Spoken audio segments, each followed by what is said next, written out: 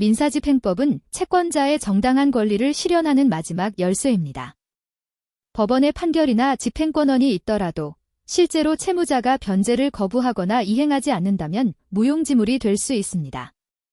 이때 민사집행법은 국가가 강제력을 동원하여 권리를 실현할 수 있도록 보장하는 역할을 합니다. 채권자는 정당한 권리를 행사할 수 있도록 보호받고 채무자는 부당한 피해를 입지 않도록 절차가 공정하게 운영되며 모든 사람은 법을 통해 권리를 회복할 수 있습니다. 이처럼 민사집행법은 법적 권리의 실질적 보장을 위한 최종적인 장치라는 점에서 우리 사회에서 반드시 필요한 제도입니다. 민사집행법의 체계와 주요 내용에 대해 설명드리겠습니다. 먼저 제1편 총칙에서는 민사집행법의 목적과 기본 원칙, 그리고 집행을 담당하는 기관, 집행관 및 법원 등에 대해 규정하고 있습니다. 즉, 민사집행이 이루어지는 법적 기반을 정리한 부분입니다. 다음으로 제2편 강제집행에서는 강제집행의 절차와 요건을 다루고 있습니다.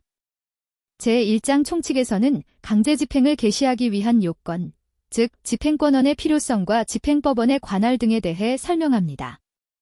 제2장 금전채권에 기초한 강제집행에서는 채권자가 금전채권을 집행하기 위해 필요한 절차를 규정하고 있습니다. 제1절 재산명시 절차 등에서는 채무자의 재산을 파악하는 방법, 즉 재산명시, 재산조회, 채무불이행자 명부 등재 등에 대해 다룹니다. 제2절 부동산에 대한 강제집행에서는 부동산 강제경매 및 강제관리 절차를 규정하고 있습니다. 제3절 선박 등에 대한 강제집행에서는 선박, 항공기, 자동차 등 특정 동산에 대한 강제집행 절차를 설명합니다.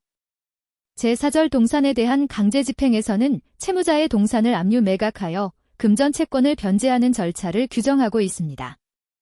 제3장 금전채권 외의 채권에 기초한 강제집행에서는 금전채권이 아닌 특정물 인도, 권리 이전, 일정 행위의 이행을 강제하기 위한 집행 절차를 다룹니다.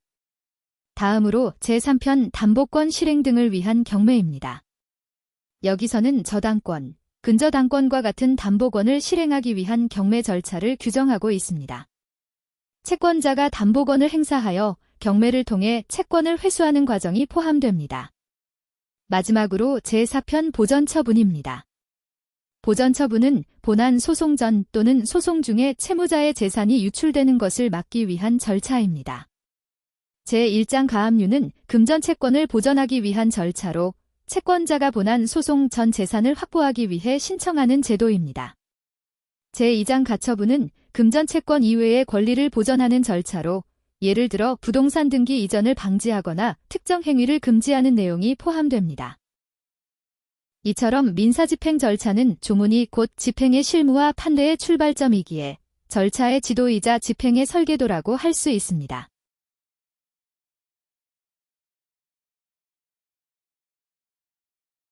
민지법 33번 문제입니다.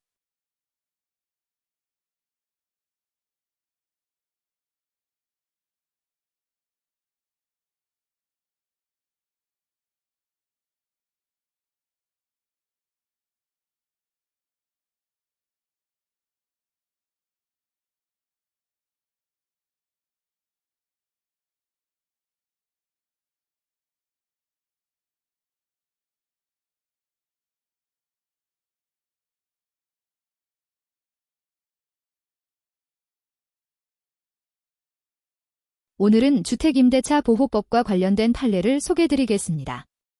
이 판례는 임차권 등기가 되어 있는 주택을 그 이후에 임차한 사람에게도 대항력과 우선 변제권이 인정될 수 있는지에 대한 중요한 판단을 담고 있습니다. 임차인인 피고는 임대차 기간이 만료되었지만 보증금을 반환받지 못한 채 계속 거주하고 있었습니다. 그 주택은 경매에 넘어가 원고가 낙찰을 받아 소유권을 취득하였습니다. 피고는 경매 절차에서 우선 변제권자로 배당 요구를 하였으나 배당을 받지 못했고 이에 따라 새 집주인인 원고에게 보증금을 돌려받을 때까지 나가지 않겠다고 주장한 사건입니다. 이 판례의 법률 쟁점은 첫째, 주택임대차보호법 제4조 제2항에 따른 임대차관계의 존속 여부. 둘째, 임차권 등기된 주택을 임차한 경우에도 대항력과 우선 변제권을 인정할 수 있는지 여부. 셋째, 소액보증금 최우선 변제권과 일반 우선 변제권의 구별이 쟁점이 된 사항입니다. 원심 판단은 임차인의 임대차 관계는 여전히 존속하며 해당 임차인은 대항력과 우선 변제권을 모두 보유하고 있으므로 경매 매수인에게도 보증금을 돌려받을 때까지 주택 점유를 주장할 수 있다고 보았습니다. 다만 소액 보증금에 대한 최우선 변제권은 인정되지 않는다는 판단을 덧붙였습니다. 대법원은 원심의 판단은 법리적으로 정당하다고 보았습니다.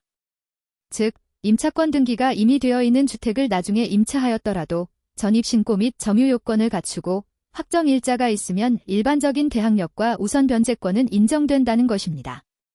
단, 법에 명시된 바와 같이 소액 임차인의 최우선 변제권은 제외됩니다. 따라서 피고는 경매 매수인에게 대항 가능하며 임대차 관계는 여전히 존속 중이라 하였고 상고 기각, 소송 비용은 패소자, 원고가 부담하는 결론에 이르게 되었습니다.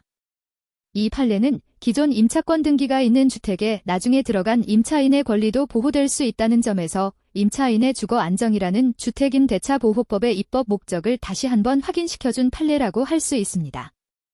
특히 최우선 변제권은 제한되지만 일반 대항력과 우선 변제권은 여전히 보장된다는 점은 임대차 실무에서 매우 중요한 판단 기준이 될 수 있습니다. 오늘도 시청해주셔서 감사드립니다.